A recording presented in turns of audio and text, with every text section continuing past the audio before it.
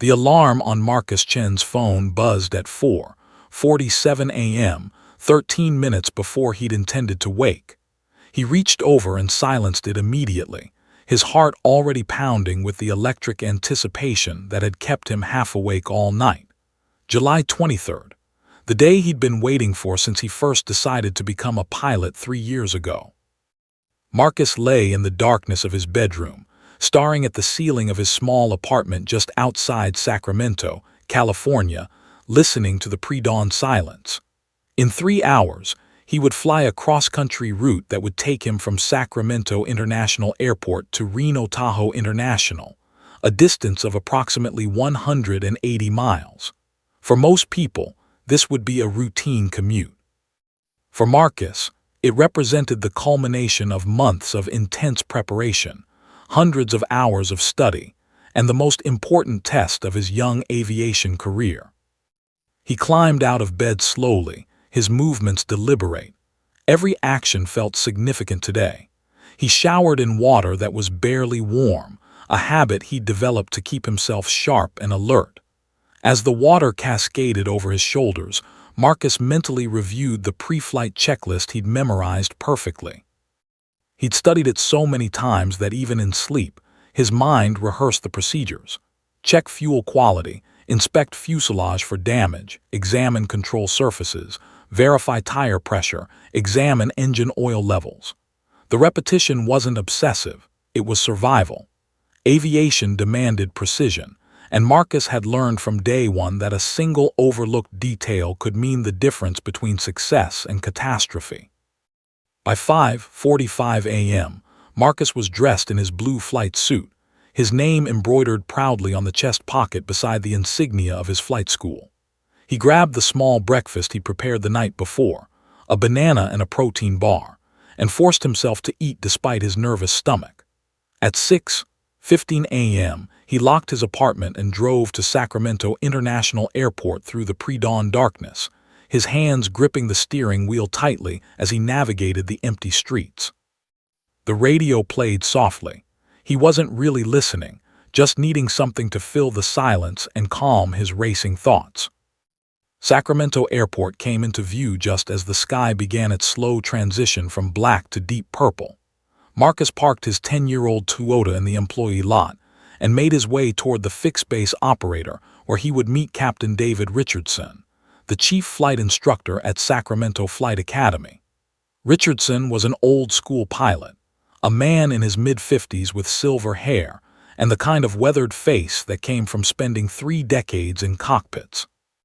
He had logged over 15,000 flight hours, flown every type of general aviation aircraft imaginable, and had a reputation for being both impossibly demanding and infinitely fair. When Marcus had learned that Richardson would be supervising his cross-country flight, he'd felt a strange mixture of honor and terror. Richardson didn't suffer fools, and he didn't accept mediocrity. The operations office was already bustling with early morning activity. Dispatchers reviewed weather charts, mechanics prepared aircraft for the day's flights, and other instructors briefed their students. Marcus spotted Captain Richardson standing near the large window overlooking the flight line, a steaming cup of black coffee in his hand, studying a weather map with the intense focus of a man who treated flying as both science and art. Richardson looked up as Marcus approached, his blue eyes assessing the young pilot with a gaze that seemed to see straight into his soul. "Morning, Marcus. You sleep." Richardson's voice was gravelly, worn smooth by decades of radio transmissions and pilot conversations. "A little, sir," Marcus admitted, "mostly too excited." Richardson nodded as if he'd expected nothing less. "That's normal. Keep that excitement as fuel, but don't let it override your judgment. When we're in the air today, I want to see a professional pilot, not a nervous kid. You understand?" It wasn't a question, but Marcus answered anyway. "Yes, sir, I understand completely." They spent the next 40 minutes in the weather briefing room, reviewing current conditions, wind patterns, and potential complications for their route. A high-pressure system dominated the region, bringing clear skies and stable air. The forecast showed excellent visibility and minimal turbulence. Richardson walked Marcus through alternative airports they could divert to if any problems arose, discussing landing procedures and emergency protocols until Marcus's head swam with information. Richardson seemed satisfied with Marcus's responses, nodding occasionally and scribbling notes on his flight plan. By 7:30 a.m., they made their way to the ramp where the Cessna 182 waited. The aircraft gleamed in the early morning sunlight, its white fuselage and silver wings looking almost ethereal against the blue sky. The 182 was a high-performance single-engine aircraft, a serious machine capable of climbing to 15,000 feet and cruising at approximately 160 miles per hour. Marcus had logged 35 hours in this particular airplane, and he knew her personality intimately. How she handled on takeoff, how she responded to pitch adjustments, the slight vibration in the right wing at full power that he'd learned to interpret as normal. "This is your bird today, Marcus," Richardson said, handing him the ignition key. "Treat her with respect and she'll get you home safely." The pre-flight inspection took nearly 30 minutes. Marcus walked around the aircraft in the prescribed pattern, checking every surface, every cable, every rivet. He visually inspected the fuel tanks, unscrewing the caps and peering inside to verify they were full and that the fuel appeared clear and clean, free of contaminants. He checked the oil level, finding it perfect. He examined the control surfaces, ailerons, rudder, elevators, moving them through their full range of motion and verifying their responsiveness. He checked the landing gear, the struts, the wheels and brakes. He inspected the propeller for nicks or damage. He verified the antenna connections, checked the battery leads, examined the engine compartment for any signs of leaks or wear. Richardson watched from nearby, occasionally nodding his approval but mostly remaining silent, letting Marcus work through the checklist without interruption. This was the way of good flight instruction, letting the student do the work, trusting them to catch errors, intervening only when necessary. By 8:15 a.m., Marcus was satisfied that the aircraft was airworthy and ready for flight. He felt the weight of responsibility settle on his shoulders like a heavy coat. This airplane, this mission, this day, it all mattered. He looked at Captain Richardson, who smiled slightly, a rare expression of warmth on his usually stern face. "She's good to go, Captain," Marcus reported. "So are you, son. Let's fly." They climbed into the cockpit together, the cabin smelling faintly of leather and engine oil. Marcus settled into the left seat, the pilot's seat, and adjusted the controls to his position. He performed the interior pre-flight checklist, verifying that the instruments all read correctly, that the radios were tuned to the correct frequencies, that the autopilot was functioning properly. His hands moved with confidence, years of practice creating muscle memory. Richardson sat in the right seat, clipboard in lap, observing everything. At 8:47 a.m., Marcus requested engine start clearance from ground control. The response came immediately. "Cessna 479er, cleared to start engines, winds light and variable."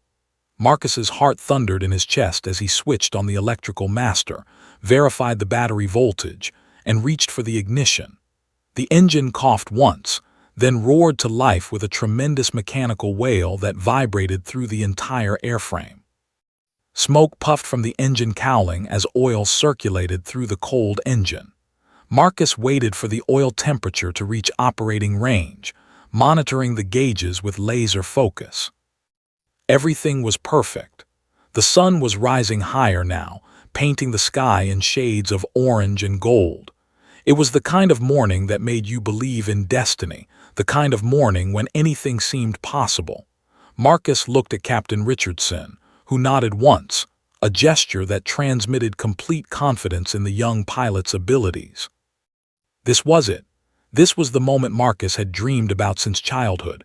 The tower clearance came through crisp and professional. Cessna 479er cleared for takeoff, runway 27, wind 090 at 6 knots. Marcus's mouth was suddenly dry. This was it. No more preparation. No more drills. From this moment forward, he was in command of a complex machine moving at speeds that left no room for error. He looked over at Captain Richardson, who gave him a subtle nod, permission and encouragement combined. Marcus advanced the throttle smoothly, feeling the aircraft's power surge beneath him as the Cessna 182 began its roll down the runway. The nose lifted first, responding to his gentle back pressure on the control yoke, and then the main wheels broke free from the asphalt. The sensation was pure magic, that moment when an aircraft transitions from being a vehicle bound to Earth into something that could dance with the clouds.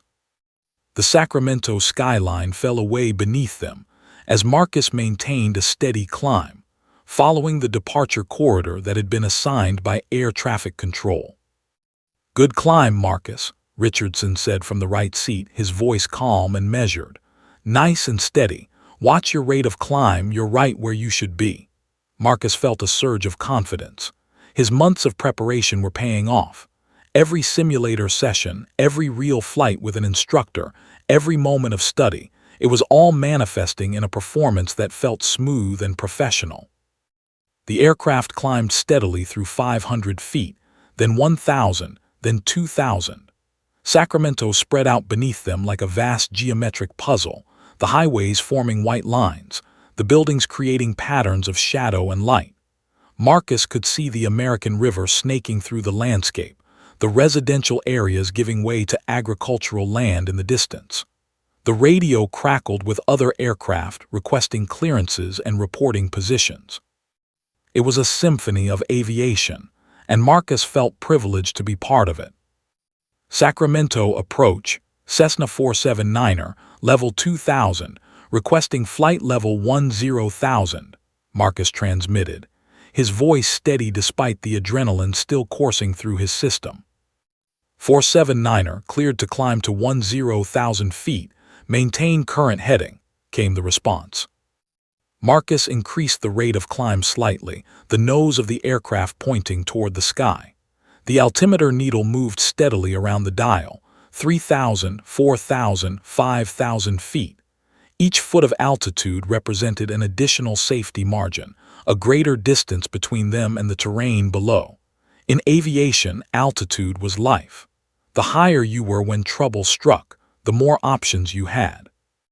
By the time they reached 6,000 feet, the landscape had transformed. Sacramento disappeared behind them, replaced by the rolling hills and patches of forest that characterized the Northern California terrain. The visibility was extraordinary. They could see for nearly 100 miles in every direction, the Sierra Nevada mountains appearing as a hazy blue wall in the distance. The sky above them was a brilliant, cloudless blue. Conditions were perfect. 8,000 feet, Marcus called out, monitoring the altimeter. The aircraft continued climbing smoothly, the engine performing flawlessly, the airplane responding immediately to even the smallest control inputs. Richardson sat quietly in the right seat, occasionally making notes on the flight plan, occasionally glancing at the instruments. He had assumed the role of safety pilot. His job was to monitor Marcus's flying and watch for anything unusual, while remaining mostly silent unless correction was needed. At 9,000 feet, Marcus noticed something subtle. The right fuel tank gauge seemed to be decreasing slightly faster than the left tank gauge. He studied the instruments more carefully, noting the exact readings. The right tank showed approximately 41 gallons remaining, while the left tank showed 43 gallons. Not a huge difference, perhaps, but unusual. Fuel burn should be roughly equal between both tanks during normal flight, managed through the aircraft's fuel system to maintain balance. Marcus said nothing at first, not wanting to appear overly concerned about what might be a minor fluctuation or his own misreading of the instruments. He continued climbing, watching the gauges carefully. 5 minutes passed. 10 minutes. The right tank now showed 38 gallons while the left showed 41 gallons. The difference was growing. Marcus's internal alarms began to activate, a subtle awareness that something was different from what he'd expected. "Captain," Marcus said carefully, keeping his voice level, Do you notice anything unusual about the fuel quantities? Richardson leaned forward immediately, his body language shifting from casual observation to focused attention. He studied the fuel quantity gauges with the intense scrutiny of a man who had spent decades learning to read instruments. His eyes narrowed slightly as he noted the fuel flow indicators and cross-referenced them with the tank quantities. "That's unusual," Richardson confirmed, his voice maintaining its calm tone even as Marcus detected a new layer of intensity beneath it. "Right tank is burning hotter than the left, significantly hotter." Marcus felt his heart rate accelerate. This was the first real anomaly of the flight, the first indication that something might not be exactly as it should be. He'd trained for emergencies in the simulator, had practiced engine failures and system failures and all manner of worst-case scenarios. But there was something different about experiencing an actual anomaly in a real aircraft with real consequences. "Let me check the fuel selector," Marcus said, reaching for the fuel selector valve that controlled which tank the engine drew fuel from. It was positioned correctly, set to both, meaning the engine should draw equally from each tank. "Fuel selector is on both, Captain." Richardson nodded slowly, his weathered face contemplative. "Check your engine parameters," he instructed. "Mixture, throttle, everything. Make sure nothing's out of specification." Marcus methodically reviewed every engine parameter. Manifold pressure was correct for their altitude and throttle setting. Engine RPM was perfect. Oil temperature and pressure were both in the green. Cylinder head temperature was normal. Everything appeared to be functioning perfectly except for this one anomaly. The right tank was burning fuel significantly faster than the left tank. "All engine parameters are green, Captain," Marcus reported, his voice steady even though his thoughts were churning. "Everything looks nominal except the fuel burn discrepancy." Richardson was quiet for a long moment, clearly running through possibilities in his mind. Years of experience had taught him that seemingly small anomalies sometimes indicated larger problems, but they also sometimes indicated nothing at all. A gauge malfunction, a temporary sensor glitch, or in this case, possibly just an imbalance in fuel tank quantity that would correct itself as the fuel systems naturally evened out. "Could be nothing," Richardson said finally, his tone suggesting he wasn't entirely convinced. "Or it could be early indication of a system problem. Either way, we need to keep close watch. From here forward, I want you monitoring those fuel gauges every 30 seconds. Write down the quantities. If we see a consistent pattern of the right tank dropping faster than the left, we'll need to take action." "Understood, Captain," Marcus said, pulling out his flight log to begin noting fuel quantities. They were at 9,500 feet now, approaching their target cruising altitude of 10,000 feet. Below them, the landscape had transformed into genuine wilderness, thick forests interrupted by small lakes that gleamed like mirrors in the bright sunlight. They were still 30 minutes from their destination, and both pilots had settled into a state of heightened awareness. The perfect morning flight had just become more complicated. Marcus realized that this was aviation's fundamental truth. You never knew what the sky might ask of you. He continued climbing toward 10,000 feet, his senses heightened, his focus absolute. The right fuel tank continued its slightly accelerated descent into the unknown. The Cessna 182 cruised at 10,500 feet, its altitude steady, its engines humming with what should have been the reliable rhythm of normal flight. Marcus had been monitoring the fuel gauges obsessively for the past 25 minutes, recording quantities every 30 seconds as Richardson had instructed. The pattern was undeniable now. The right fuel tank was losing fuel at a rate approximately 30% higher than the left tank. Marcus had performed all the standard checks, verifying fuel selector position, confirming engine parameters, reviewing system status. Everything else was normal. Only the fuel burn discrepancy persisted. The afternoon sun was climbing higher, and the temperature inside the cabin had begun to warm despite the altitude. Marcus had adjusted the cabin heat slightly, bringing in fresh air through the ventilation system to maintain comfort. The landscape below had transformed into genuine wilderness. The Sierra Nevada foothills stretched beneath them in shades of green and brown, with lakes and rivers cutting through the terrain like silver threads. They were approximately 35 miles from Reno now, perhaps 25 minutes of flight time remaining if all went well. Richardson continued monitoring instruments from the right seat, occasionally glancing at the fuel gauges, his expression unreadable. He hadn't said much in the past half hour, and Marcus had fallen into the rhythm of focusing intently on flying the aircraft and tracking fuel quantities. The silence between them was professional but tense, the kind of silence that exists when two people are both monitoring a situation that hasn't yet become critical but seems to be moving in that direction. That's when Marcus noticed it. At first, it was so subtle that he almost dismissed it as imagination. A faint odor, barely perceptible, drifting through the ventilation system. It wasn't the normal smell of an aircraft, not the clean scent of recycled air mixed with metal and rubber, or the faint aroma of electronics and engine oil that characterized the normal cockpit environment. This was something different, something chemical, something that didn't belong.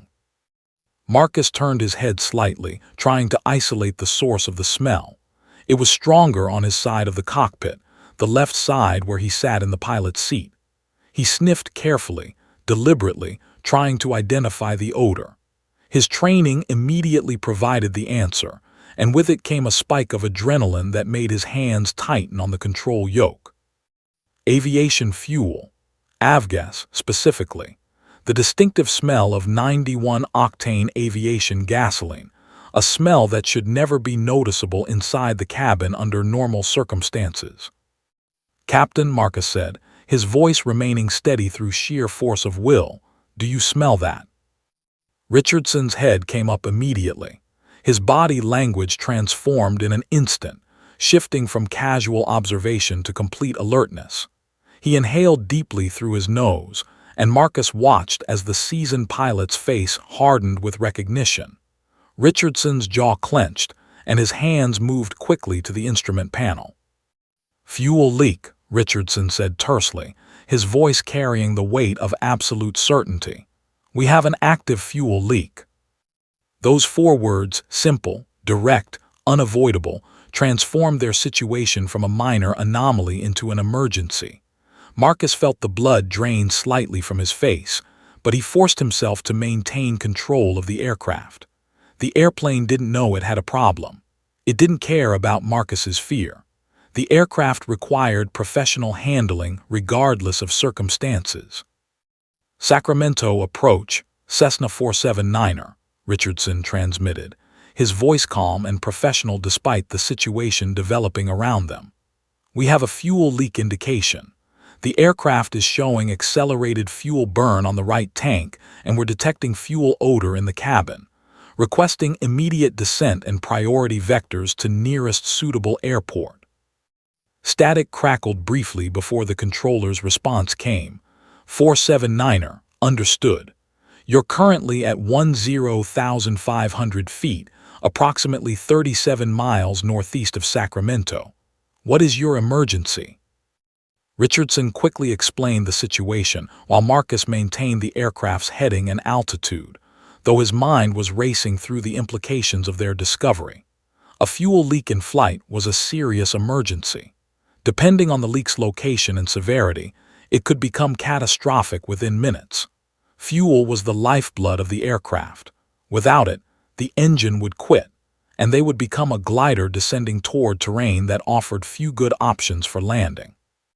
"We need to get down and we need to find an airport," Richardson said, already studying the sectional chart and marking potential destinations. "The good news is we have altitude. Altitude buys us time and options." The cabin smell was becoming stronger now. What had started as barely perceptible was intensifying into something unmistakably present. Marcus could smell it with each breath of recycled air. The odor seemed to fill the cockpit, a chemical presence that screamed danger. His training kept him focused on the essential task, flying the airplane, but part of his mind was calculating the implications. Sacramento approach, 479er is cleared to descend to 5,000 feet, the controller reported. Vectors available to Mather Field, approximately 30 miles south of current position, or Reno International, approximately 35 miles east. Richardson made an immediate decision. 479er requesting clearance to Reno. We're closer to Reno in terms of actual distance remaining. Sacramento approach, what's the weather at Reno? 479er, Reno reporting clear skies, visibility 10 miles, winds 110 at 8 knots. You're cleared to descend to 5,000 feet, maintain heading 085. Marcus began the descent smoothly, adjusting the throttle and beginning a gradual reduction in altitude. The nose of the aircraft pointed downward by just a few degrees. Any steeper, and they would exceed the aircraft's speed limitations. The altimeter needle began its reverse journey, 10,000 feet, 9,500, 9,000. Fuel quantity check, Richardson instructed, his eyes locked on the fuel gauges. The right tank now showed 28 gallons. The left tank showed 34 gallons. In approximately 15 minutes, the right tank had burned through 13 gallons while the left tank had burned through 9 gallons. The leak was accelerating, or the fuel burn discrepancy was worsening. Neither possibility was good. Right tank 28, left tank 34, Marcus reported, his voice controlled. Inside, he was struggling with the weight of the emergency. This was no longer a training scenario. This was a real aircraft with a real problem, and the decisions he and Richardson made in the next few minutes could determine whether they lived or died. The smell in the cabin seemed to intensify with each passing moment. Marcus wondered if the leak was getting worse or if his heightened awareness was simply making him more sensitive to it. Either way, the presence of fuel odor in the cabin meant fuel was escaping from its intended system. Fuel vapors were also highly flammable. If they encountered any ignition source, the consequences would be catastrophic. 8,000 feet, Marcus called out, continuing the descent. Reno was getting closer, only perhaps 30 miles away now at their current heading. But 30 miles could feel like an eternity when you were flying an aircraft with a progressively deteriorating fuel leak. Richardson was already preparing the aircraft and their emergency procedures. He tuned the Reno frequency into one of the backup radios, pulled out the emergency procedures checklist, and began reviewing their options if the fuel situation worsened. His movements were efficient, economical, the actions of a pilot who had trained for exactly this scenario. "Keep her steady, Marcus," Richardson said quietly. "We're going to get through this, but from here forward I need your complete focus on flying the airplane. Can you do that?" Marcus nodded, though his eyes remained locked on the horizon and the instruments before him. His hands gripped the control yoke with steady pressure. Whatever came next, he would fly this aircraft with every ounce of skill and determination he possessed. The smell of fuel continued to haunt the cabin, a constant reminder of the invisible problem draining fuel from their right tank into the sky. By 7,000 feet, the fuel smell had become overwhelming. Marcus kept the cabin ventilation at maximum, pulling fresh outside air through the system, but it barely made a dent in the pervasive chemical odor. The smell had transitioned from concerning to alarming. It no longer remained faint or barely noticeable. It now filled the entire cockpit with an intensity that made both pilots' eyes water slightly and created a metallic taste on their tongues. Marcus focused on maintaining the aircraft's stability while his stomach churned with anxiety. The smell was a physical reminder of fuel escaping their tanks, fuel that was being lost to the atmosphere instead of burning in the engine where it belonged. Richardson had shifted into full emergency mode. His movements were economical and purposeful, each action designed to maximize their chances of survival. He pulled out a printed emergency procedures checklist from the flight bag and was now methodically working through fuel system troubleshooting protocols. His weathered hands moved across the instrument panel with absolute certainty, a man who had trained for exactly this scenario decades ago. "I'm going to attempt fuel isolation," Richardson announced, reaching for the fuel selector valve. "If the leak is downstream of the selector, shutting down the right tank might stop the leak and allow us to continue on left tank fuel alone." Marcus watched as Richardson moved the fuel selector from both to left tank only. The action was simple, rotating a valve, but the implications were profound. If the leak was indeed downstream of the selector, this action would stop the hemorrhaging of fuel. If it wasn't, they had just confirmed that the leak was originating from somewhere in the engine or fuel feed system itself, which meant no amount of valve manipulation would stop it. For approximately 30 seconds, nothing changed. The smell persisted. The engine continued operating normally. Marcus held his breath, willing the leak to stop, hopping against logic that Richardson's action would solve their problem. Then the right fuel tank gauge began to stabilize. Its rate of descent slowed dramatically. Within a minute, it had almost stopped decreasing entirely. "It's working," Richardson said, relief evident in his voice for the first time. "The leak is downstream of the fuel selector. By isolating the right tank, we've cut off the source of fuel escaping from that line." Marcus felt a surge of hope. The smell in the cabin began to diminish as no new fuel vapors entered the airframe. Perhaps they would make it to Reno after all. Perhaps they could actually solve this problem through systematic troubleshooting and professional airmanship. But Richardson's expression quickly darkened again. "Wait," he said quietly, studying the fuel gauges with new intensity. "Left tank." Marcus looked where Richardson was pointing. The left fuel tank gauge, which had been holding steady at 34 gallons, was now beginning to decrease. Slowly at first, but definitely decreasing. His heart sank as the implication crashed down on him. "The leak is affecting both tanks," Marcus said, understanding flooding through him. "How is that possible if we isolated the right tank?" "The fuel system is more complex than the simplified schematic most pilots think about," Richardson explained, his voice tight. "There are cross-feed systems, interconnected lines, check valves. If the leak is in the main fuel feed line downstream of both tanks, isolating one tank won't stop fuel from escaping through the other tank's feed system." The left tank gauge was now decreasing at nearly the same accelerated rate as the right tank had been. Marcus performed the mental calculation that every pilot feared: current fuel quantity, burn rate, distance remaining, time available. The numbers weren't adding up favorably. "How much fuel do we have?" Marcus asked, needing Richardson to confirm his calculations. Richardson studied the gauges carefully. Right tank is showing 23 gallons.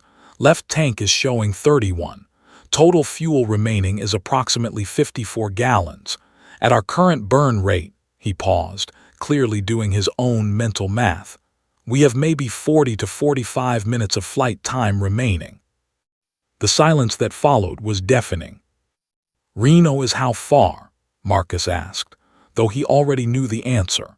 He was asking because he needed to hear Richardson say it, needed his captain to tell him whether they still had a viable option or whether they were about to become a statistic in the National Transportation Safety Board's aviation accident files. "Reno is approximately 30 miles away," Richardson said slowly, studying the sectional chart. "At our current altitude of 7,000 feet and our current ground speed, we're looking at maybe 18 to 20 minutes to reach Reno. But," he paused, his expression grave, "if the leak continues to accelerate, we might not have that much time." Marcus felt ice crystallize in his stomach. They had perhaps 45 minutes of fuel at current consumption rates, but they would reach Reno in 18 to 20 minutes. So mathematically, they should be fine. Except Richardson's qualifier, "if the leak continues to accelerate," suggested that the experienced pilot didn't believe their situation was as secure as the numbers implied. "The leak is getting worse, isn't it?" Marcus asked quietly. "Yes," Richardson confirmed. When I isolated the right tank, the leak rate improved for a moment, but then the left tank developed the same problem. That suggests the leak is getting worse, not better. The fracture in the fuel line might be expanding, or there might be multiple leak points. Richardson was already reaching for the radio. Sacramento approach, Cessna 479er, our fuel emergency has escalated. We now have fuel leaking from both tanks, and the leak rate is increasing. We're showing approximately 40 to 45 minutes of fuel remaining, but that figure is declining. We're currently diverting directly to Reno with a request for expedited handling. The controller's response was immediate. 479er, understand fuel emergency with both tanks affected. You're cleared direct Reno, descend and maintain 5,000 feet, vectors for approach. Reno has emergency personnel standing by. What are your fuel remaining minutes now? Stand by, Richardson replied, glancing at the fuel gauges again. The numbers were moving in the wrong direction, descending steadily. Current fuel remaining is approximately 42 minutes at current burn rate. Request direct vectors to Reno, expedited approach. 479er, you're cleared direct to Reno International, descend to 5,000 feet. Reno Tower is standing by on frequency 118.7. Continue descent. Marcus began the descent, adjusting the throttle and pointing the aircraft's nose downward. The altimeter needle began its reverse journey. 6,800 feet, 6,500, 6,200. Somewhere ahead, invisible in the distance, lay Reno International Airport, their only realistic chance of survival. Marcus, Richardson said, his voice carrying a weight that forced Marcus to look away from his instruments. Richardson's blue eyes locked onto Marcus's with an intensity that was almost physical. We're not out of this yet. The leak is accelerating. We might not have as much time as the numbers suggest. I need to focus entirely on managing our fuel systems and navigating us toward Reno. I need someone to fly this aircraft with complete precision, maintaining optimal fuel efficiency, maintaining optimal glide characteristics. I need you to be that person. Marcus felt the weight of responsibility settle onto his shoulders like a physical thing. Richardson was saying what Marcus had feared but hadn't dared voice. They might not make it to Reno. I can do that, Captain, Marcus said, and he was surprised by how steady his voice sounded despite the fear cascading through him. I know you can, Richardson replied, because right now you're all that stands between us and disaster. The aircraft descended through 5,500 feet, leaving a trail of leaking fuel in its wake, racing against time and physics toward an airport that suddenly seemed impossibly far away. The descent continued relentlessly. 5,200 feet, 5,000 feet. The altimeter needle moved in steady increments as Marcus maintained the controlled descent toward Reno. But Richardson was no longer monitoring the aircraft's flight path with the casual attention of a safety pilot. Instead, the experienced captain had shifted his entire focus to the fuel system, pulling out technical diagrams from the aircraft's operating manual, studying fuel system schematics with an intensity that bordered on desperation. Marcus could see the frustration building behind Richardson's eyes. The standard troubleshooting procedures weren't working. Isolating the right fuel tank hadn't stopped the leak. In fact, it had only confirmed their worst fear. The leak was somewhere in the main fuel feed system downstream of both tanks, which meant no amount of valve manipulation or system isolation could stop the hemorrhaging of fuel into the atmosphere. Marcus, Richardson said quietly, not looking up from the technical manual he was studying. I need to make a decision. Marcus's hands tensed on the control yoke. Something in Richardson's tone suggested that this decision would be significant. Right now, I'm dividing my attention, Richardson continued, finally looking up from the manual to meet Marcus's eyes. Part of me is monitoring your flying, part of me is trying to troubleshoot this fuel system, and part of me is calculating our options. That division of attention is dangerous. In a situation like this, We need complete focus on the critical tasks." Richardson paused, and Marcus could see the internal calculus happening behind his captain's weathered face. The decision Richardson was about to communicate would change everything. "I'm going to take my hands completely off the aircraft," Richardson said finally. "I'm going to focus entirely on the fuel system and our navigation. That means you're going to fly this aircraft alone, not as a student under supervision, but as the pilot in command. Can you handle that?" Marcus felt his mouth go dry. Flying the aircraft during routine conditions was one thing. Flying it during an emergency, with fuel leaking away and time disappearing, was something else entirely. But as he looked into Richardson's eyes, Marcus saw something that steadied his nerves: absolute confidence. Richardson wasn't asking if Marcus could do this. Richardson was stating that Marcus would do this, and that his captain believed completely in his ability. "Yes, sir," Marcus heard himself say. "I can handle it." "Good," Richardson said. He reached over and placed his hand on Marcus's shoulder for just a moment, a gesture that communicated both trust and gravity. Then he removed his hand from his own control yoke and turned completely toward the instrument panel on the right side of the cockpit, pulling out notebooks and beginning to sketch diagrams of the fuel system. Marcus was now flying the aircraft alone. The sensation was immediate and profound. The aircraft suddenly felt heavier, more demanding. Every movement of the control yoke seemed to have greater consequence. Marcus realized that he'd been flying unconsciously with the knowledge that Richardson's hands were on his own control yoke, ready to intervene if something went wrong. Now that safety net was gone, every decision was his. Every correction was his responsibility. Every mistake would be his fault. For a long moment, panic threatened to overwhelm him. His hands began to tremble slightly on the control yoke. Then something shifted inside Marcus. The panic didn't disappear, but it transmuted into something else, a fierce determination. Richardson had placed absolute trust in him. Richardson, a pilot with 15,000 hours of experience, had decided that Marcus Chen, a 17-year-old student pilot, was capable of handling this situation. That trust was a responsibility Marcus couldn't and wouldn't betray. Marcus consciously relaxed his hands on the control yoke, allowing his fingers to loosen their death grip. He focused on smooth, controlled movements. 4,800 feet. The descent was steady, smooth, professional. He'd trained for this in simulators and in real flying, maintaining precise control even under pressure. The difference was that now there was genuine pressure, genuine stakes, genuine consequences.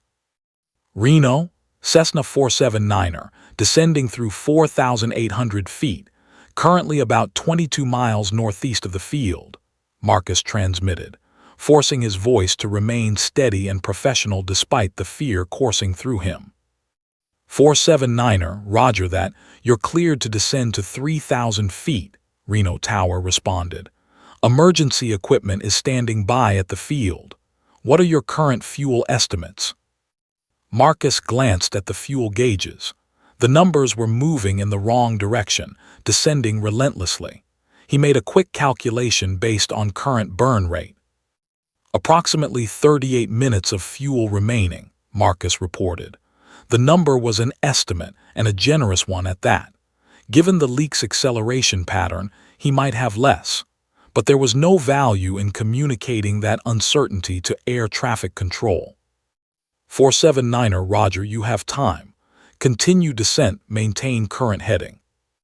Marcus adjusted the throttle slightly, beginning the descent to 3,000 feet.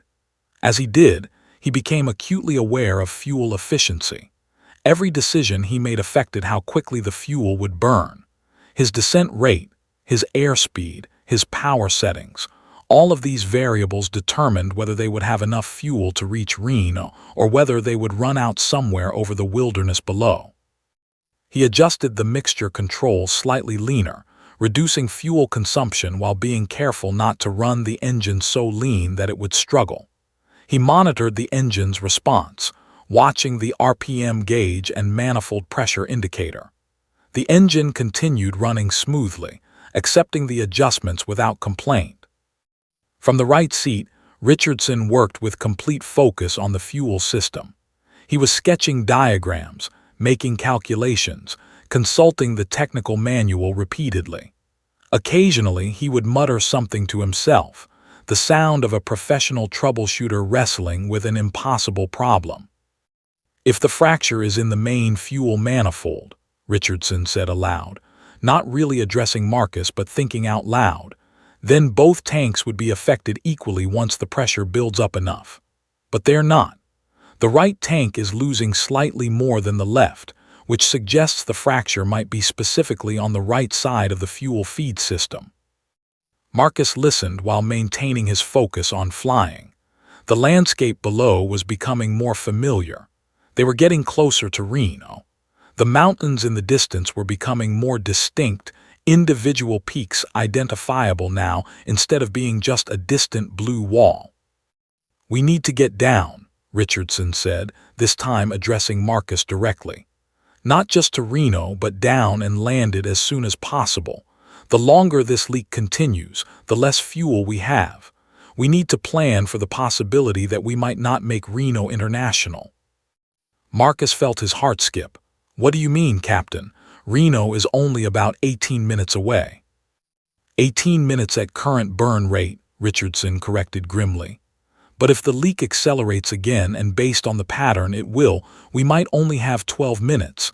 There are other airports in the area, smaller ones, grass strips if necessary. I'm looking at options." Richardson pulled out the sectional chart and began marking various airfields with a pencil.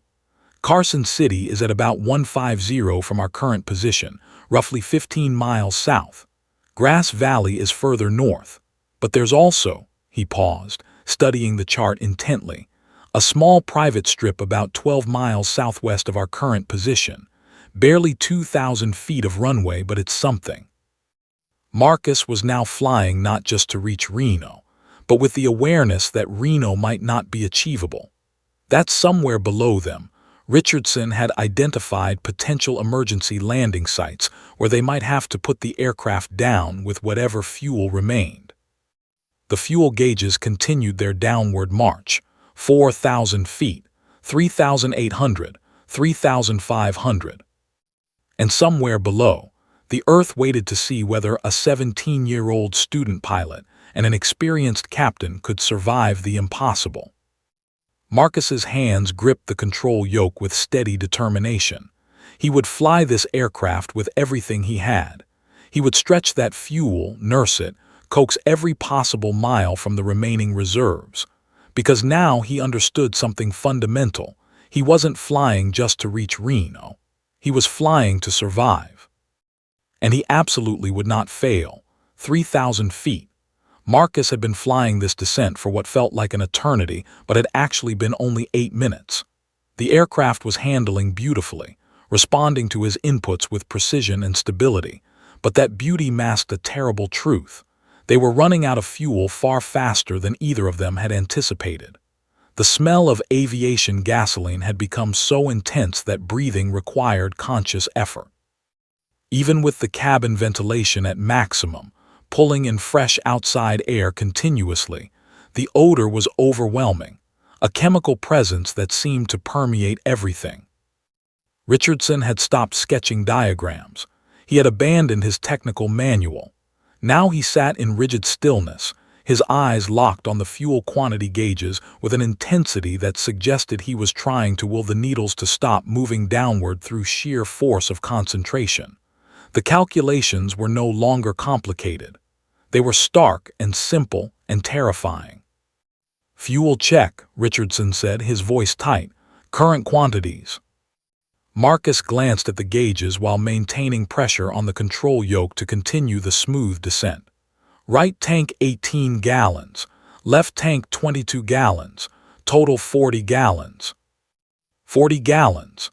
At their current burn rate, and the burn rate had accelerated again in the past few minutes, 40 gallons represented perhaps 15 to 18 minutes of flight time. Reno was still approximately 14 miles away, still roughly 10 to 12 minutes of flight time at their current ground speed and altitude. The math was deteriorating rapidly.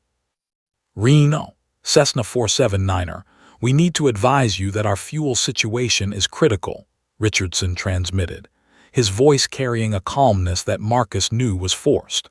Current fuel remaining is approximately 15 to 18 minutes at normal cruise power settings. We're being forced to operate at absolutely minimal power to extend our endurance. If we lose either engine, we're going down. Static crackled then. 479er, understand critical fuel status. You're currently at 2,800 feet, approximately 12 miles northeast of Reno. If fuel becomes a factor, we have excellent options. There's a grass strip at Carson City, approximately 10 miles to your southwest. There's also the private field at Grass Valley, approximately 11 miles to your north. What's your preference? Richardson looked at Marcus, clearly letting the young pilot understand the options. Carson City offered a longer runway but was slightly further. Grass Valley was closer but offered only basic facilities. Both were potentially better than trying to stretch what might be insufficient fuel to reach Reno International's 3,000-foot runway. Stand by Reno, Richardson responded. He turned to Marcus. What do you think, Grass Valley or Carson City? Marcus's mind raced through the calculations. Grass Valley was closer, maybe 10 miles versus 12 to Carson City. At their current ground speed, that was perhaps 3 to 4 extra minutes of fuel. Grass Valley's runway was shorter, but Marcus had practiced short field landings dozens of times in the simulator. If it came down to it, he could handle a shorter runway. Grass Valley, Marcus said with more certainty than he felt. The extra time might be crucial. Richardson nodded once sharply. Reno, we're diverting to Grass Valley Private Strip, approximately 10 miles to our north. We'll maintain this descent and adjust heading as required. 479er, roger that. You're cleared to Grass Valley. Heading 005 for Grass Valley, descend and maintain 2,000 feet. Emergency equipment will be standing by. Do you have the field in sight? Marcus adjusted the heading slightly, adjusting the aircraft's nose toward north while maintaining the descent. He scanned the landscape below, looking for a small airfield that would be barely visible from this altitude and distance. The terrain below was becoming increasingly visible as they descended, lakes and forests and mountains, but no obvious runway yet. 2,500 feet, Marcus called out, continuing the descent. The fuel gauges were still moving downward, right tank now at 16 gallons, left tank at 20 gallons, 36 gallons remaining total. 12 minutes of fuel, maybe. Fuel check, Richardson said again, the repetition indicating his stress level. 36 gallons total, Marcus reported, down 4 gallons in approximately 2 minutes. The leak had accelerated again. Marcus could feel it in his bones, the knowledge that they were in a genuine race against time, and time was winning. At this rate, they had perhaps 12 to 14 minutes of fuel remaining, and they were still 7 to 9 minutes away from Grass Valley depending on ground speed and wind conditions. There, Richardson suddenly pointed to the left and slightly ahead. Do you see that runway? Small brown strip with mountains behind it. Marcus looked in the direction Richardson was pointing and saw it, a tiny slash of bare earth carved out of the forested landscape, barely visible from their current altitude. It was so small that Marcus's heart sank momentarily. That was Grass Valley. It looked impossibly small from the air, barely more than a suggestion of a runway rather than an actual landing surface. I've got it, Marcus confirmed, approximately 7 miles ahead. 7 miles means approximately 4 to 5 minutes at our current ground speed, Richardson calculated. We have enough fuel, probably. The word probably hung in the air between them like a death sentence. Probably was not the word Marcus wanted to hear from his captain when they were down to their last fuel reserves and racing toward a tiny grass strip carved out of wilderness. You're doing great, Marcus, Richardson said suddenly, his voice carrying a note of genuine respect. I've flown with a lot of pilots, professional pilots, experienced pilots. Most of them would have panicked by now. You've kept this aircraft steady, you've made smart fuel efficiency decisions, and you've kept a level head. If anyone can land this airplane on that strip with our remaining fuel, it's you. Marcus wanted to respond, wanted to acknowledge Richardson's confidence, but his focus was absolute. The runway was getting slightly larger as they approached, but it still seemed impossibly small. Maybe 1,000 feet at best. Marcus had never landed on a grass strip before. He'd never landed on anything shorter than 2,000 feet. 2,000 feet, Marcus reported, continuing the descent. 5 miles to Grass Valley. Check your fuel again, Richardson requested. Right tank 13 gallons. Left tank 17 gallons. Total 30 gallons. 5 minutes of fuel, maybe. 4 miles to the runway. 3 to 4 minutes of flight time remaining. Grass Valley field traffic, Cessna 479er inbound for emergency landing, Marcus transmitted, his voice steady despite his racing heart. We have critical fuel situation, requesting immediate landing clearance and requesting that any aircraft in the pattern clear. The response came immediately. 479er Grass Valley is uncontrolled, but we have you in sight. You're cleared to land. Wind is 090 at 4 knots. The field is yours. We have emergency personnel standing by. This was it. This was the moment everything came down to. Marcus adjusted his heading slightly, lining up with the runway that was now becoming increasingly visible as a real landing surface instead of a theoretical possibility. The mountains behind the field seemed to loom impossibly large, reminding him that if he miscalculated, if he came in too high or too fast, the terrain waiting beyond that small runway would not be forgiving. Fuel check, Richardson said one final time. 26 gallons total, Marcus reported. Approximately 3 to 4 minutes of fuel remaining. We'll make it. But his eyes were locked on the runway ahead, on the calculation of distance and altitude and descent rate that would determine whether they lived or died in the next few minutes. The Cessna descended through 1,500 feet. The runway grew larger. The clock was running out. And somewhere between the sky and the earth, a 17-year-old boy was about to attempt the most important landing of his young life, 1,200 feet. Marcus had committed the aircraft to the landing pattern. There was no alternative now, no possibility of going around for another approach, no second chances if things went wrong. The fuel reserves had dwindled to their absolute minimum, perhaps 3 minutes of flight time remaining, maybe less.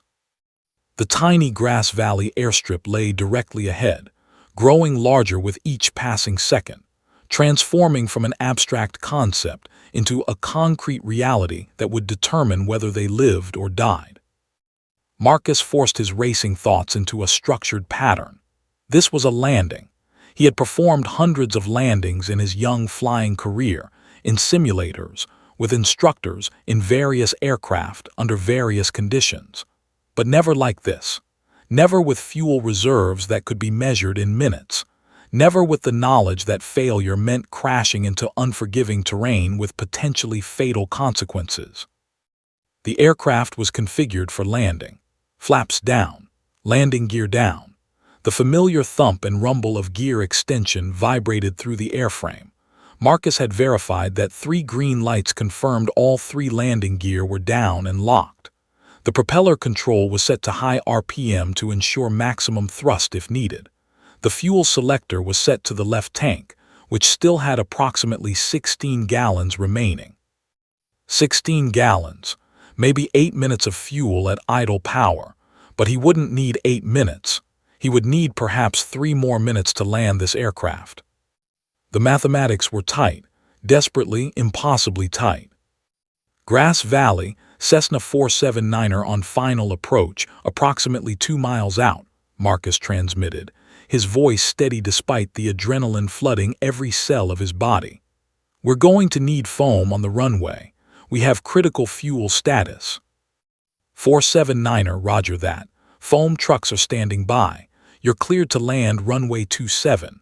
Wind 090 at 4 knots. The runway is yours. 1,000 feet.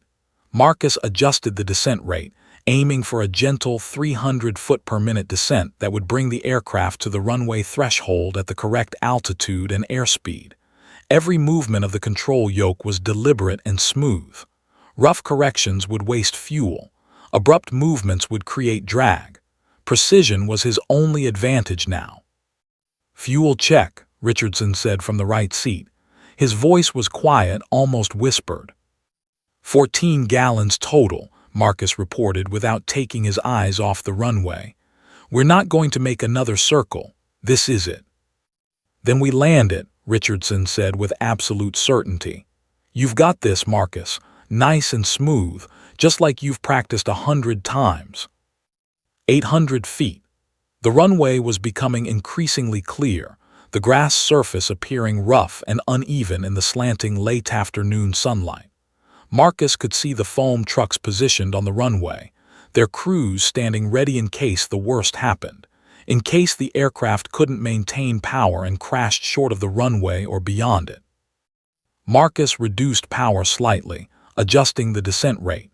The airspeed indicator showed 65 knots, perfect for approach speed in the Cessna 182.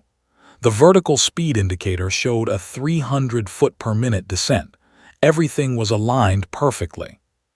600 feet.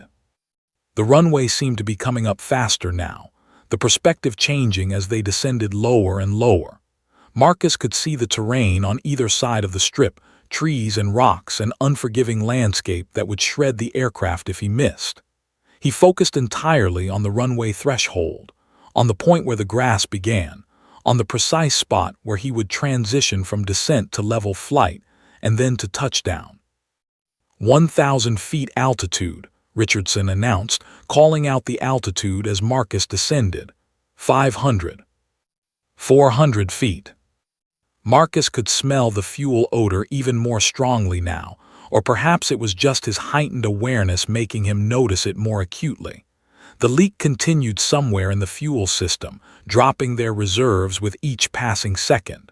But they were almost there, almost home.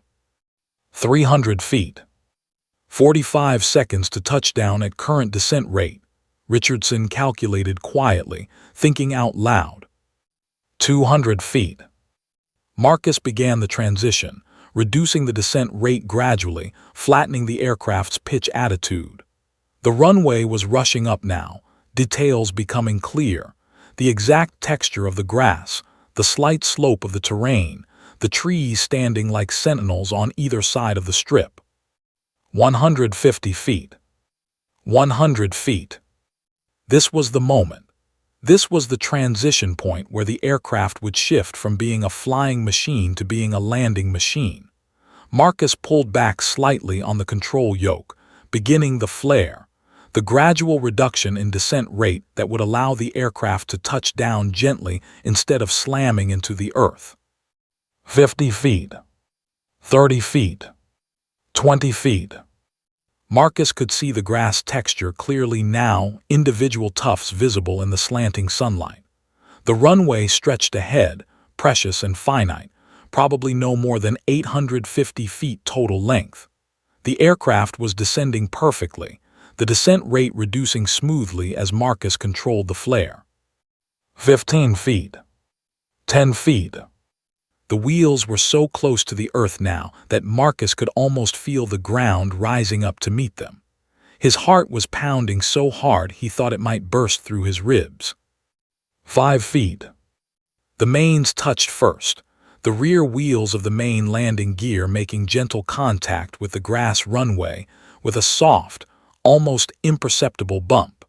Marcus immediately reduced back pressure on the control yoke to bring the nose gear down onto the grass. The nose gear touched, and suddenly the aircraft was rolling, no longer flying but definitely earthbound. "We're down, Richardson shouted, his professional demeanor shattering completely as relief and survival flooded through him. "You did it, Marcus. You landed it." Marcus maintained control as the aircraft rolled down the grass strip, applying gentle braking pressure, allowing the forward momentum to carry them down the runway. The foam trucks were moving now, racing alongside the aircraft, their hoses ready to spray retardant in case of fire. But the engines were running smoothly, the aircraft was responding perfectly, and there was no emergency. They were going to be okay. The aircraft slowed gradually, the airspeed indicator descending, 40 knots, 30 knots, 20 knots. Marcus steered gently, keeping the aircraft centered on the runway, avoiding the rougher grass on the sides. The runway seemed to stretch ahead endlessly, but they were slowing down, losing airspeed with each passing second. 15 knots. 10 knots. The aircraft came to a complete stop, with perhaps 200 feet of runway remaining, the longest 200 feet of Marcus's life. For a long moment, there was complete silence in the cockpit. Both pilots sat motionless, processing what had just happened, absorbing the reality that they had survived an emergency that could easily have killed them both. Then Richardson's hand came over and gripped Marcus's shoulder with fierce intensity. "You just saved our lives," Richardson said, his voice thick with emotion. "Do you understand that? You just did something that most pilots with years of experience couldn't have done. You are a pilot, Marcus, a real pilot." Marcus felt tears spring to his eyes, tears of relief and joy, and the release of all the fear and tension that had compressed into his chest over the past hour. He was shaking now, his body finally allowing the adrenaline to crash, his mind finally accepting that the ordeal was over. They had made it. Against impossible odds, with fuel reserves measured in minutes, with a 17-year-old student pilot and an experienced but increasingly desperate captain, they had made it. The foam trucks pulled up beside the aircraft, and their crews emerged to inspect for any signs of fuel leak or fire. Emergency vehicles arrived moments later, their lights flashing in the late afternoon sun. They were alive. They were safe. They were alive. The emergency vehicles had surrounded the Cessna 182 within minutes of its complete stop on the Grass Valley runway. Paramedics rushed toward the aircraft, concerned about potential injuries or fuel fire, but Marcus and Richardson waved them off calmly from the cockpit windows. Both pilots were physically unharmed, though emotionally shattered in ways that wouldn't fully manifest until later. The foam trucks continued their precautionary spraying, coating the aircraft and runway with retardant foam in case the fuel leak suddenly became catastrophic. It didn't. The aircraft sat peacefully on the grass runway, its engines finally silent after hours of operation, its fuel tanks nearly empty but its structure intact. Emergency personnel carefully approached the aircraft and helped both pilots disembark. Marcus climbed down from the cockpit on shaking legs, his flight suit damp with perspiration despite the cool afternoon air. Richardson emerged behind him, moving with the deliberate care of someone whose adrenaline was finally wearing off. A paramedic immediately began examining both pilots, checking vital signs, asking questions about injuries or distress. Marcus answered mechanically, aware that he was speaking but feeling oddly disconnected from his own voice. Everything seemed to be happening around him in a kind of slow motion, as though his nervous system hadn't yet fully accepted that the emergency was truly over. Federal Aviation Administration investigators arrived within 2 hours, followed by National Transportation Safety Board representatives. The Cessna 182 was carefully examined, photographed, and documented. Maintenance personnel from Grass Valley's small airport helped position the aircraft in a secure location where it could be preserved as evidence for the investigation. The fractured fuel line was found exactly where Richardson's technical analysis had predicted, in the main fuel manifold on the right side of the engine. A hairline fracture, barely visible to the naked eye, had somehow developed in the metal tubing. Under pressure, the fracture had widened progressively, causing fuel to spray out at increasing rates. The investigation would later reveal that the crack had originated from a manufacturing defect in the fuel line itself, a quality control failure that should never have reached an aircraft assembly line. Air Transat's investigation from August 2001 had triggered new safety directives, but older aircraft like the Cessna 182 hadn't been subject to the same rigorous fuel line inspections. This particular aircraft had slipped through the cracks, had been maintained according to standard procedures that weren't quite stringent enough to catch an invisible defect. The investigation would take weeks. FAA officials would interview both Marcus and Richardson extensively, documenting every moment of the emergency, every decision made, every radio transmission. The National Transportation Safety Board would write a detailed report that would be studied in flight schools across the country.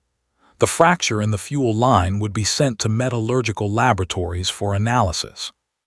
But all of that lay in the future. That first evening, after the immediate investigations had concluded and they'd given their initial statements, Marcus and Richardson sat together in the small airport cafe at Grass Valley. Neither of them had eaten since before the flight, yet neither felt hungry. Marcus held a cup of coffee, watching the steam rise, watching the liquid cool. Richardson sat across from him, studying the young pilot with an intensity that suggested the captain was seeing something he'd never quite seen before. "Do you understand what you did today?" Richardson asked finally, breaking the silence that had stretched between them for nearly an hour. Marcus shook his head slowly. "I just flew the airplane. I just tried to get us down safely." "You did more than that," Richardson said, leaning forward. "You took an impossible situation and turned it into a survivable scenario. When most pilots would have panicked, you stayed calm. When faced with fuel estimates that didn't add up, you made smart decisions about altitude and power settings. When I handed you complete control of that aircraft during an active emergency, you didn't hesitate. You didn't second-guess yourself. You flew that airplane with the composure of a pilot with 10 years of experience, not a student." Marcus felt tears begin to form again, though this time they felt different, less like tears of fear and more like tears of understanding. Understanding of what he'd accomplished, understanding of who he'd become. "I was terrified," Marcus admitted quietly. "I thought we were going to die." "So was I," Richardson said with brutal honesty. "But fear doesn't eliminate courage. Courage is doing the right thing even when you're terrified. And today, Marcus, you were the definition of courage." Over the following weeks, the story emerged in the aviation community. A student pilot, not much more than a boy, had successfully managed an in-flight emergency that experienced pilots would have struggled with. News outlets picked it up. Aviation publications featured detailed analyses. The FAA used the incident as a training case study. Flight schools across the country showed videos of Marcus's radio transmissions to demonstrate how a young pilot could maintain professional composure under extreme stress. But Marcus remained humble about his achievement. When interviewed by reporters, he deflected credit toward Richardson. When approached by other pilots who wanted to discuss the emergency, he emphasized the training and preparation that had made his performance possible. He understood, in a way that perhaps only he could understand, that his survival had depended on countless hours of preparation, on instructors who had drilled emergency procedures into his consciousness, on Richardson's experience and guidance. 3 months after the emergency landing, Marcus earned his private pilot's license. The examiner who tested him was familiar with his story and approached the examination with particular attention to detail. But Marcus's performance needed no special allowances. He flew the required maneuvers flawlessly. He demonstrated perfect judgment. He proved that the emergency landing hadn't been a fluke, but rather the natural result of a pilot who had internalized his training and understood the profound responsibility of command. Exactly 1 year after the emergency landing, Marcus returned to Grass Valley Airport with Captain Richardson. They walked together to the exact spot where the Cessna 182 had rolled to a stop, where foam trucks had surrounded them, where the emergency vehicles had arrived to ensure their safety. The runway stretched out before them, grass and earth and sky, exactly as it had appeared that desperate afternoon. "You changed your life in this place," Richardson said quietly, standing beside his young pilot. "Not just because you survived, but because you became something that day. You became a pilot, Marcus, a real pilot, someone who could be trusted with an aircraft and with lives." Marcus nodded, understanding more deeply than any words could express. He thought about the 17-year-old boy who had woken up that morning, nervous and eager, dreaming about his cross-country flight. That boy seemed a lifetime away now. The person who stood on this runway today had been forged in fire, tested in desperation, and had emerged stronger and more capable than he'd ever imagined possible. The California sun was setting again, painting the sky in brilliant oranges and reds, just as it had that first morning. But now Marcus understood something fundamental about himself. He had looked death in the eye and refused to blink. He had faced impossible odds and emerged victorious. He had discovered reserves of courage and skill that he hadn't known he possessed. Flying was his destiny, not as a dream or a hope or a vague aspiration, but as an absolute truth. The emergency had confirmed it. The crisis had crystallized it. On this grass runway in the Sierra Nevada foothills, Marcus Chen had not just survived, he had discovered his truest self. And he would carry that knowledge with him for the rest of his life, through every challenge that aviation would place before him, through every emergency that the unpredictable sky might throw at him. He was a pilot, and he absolutely would not fail. The end.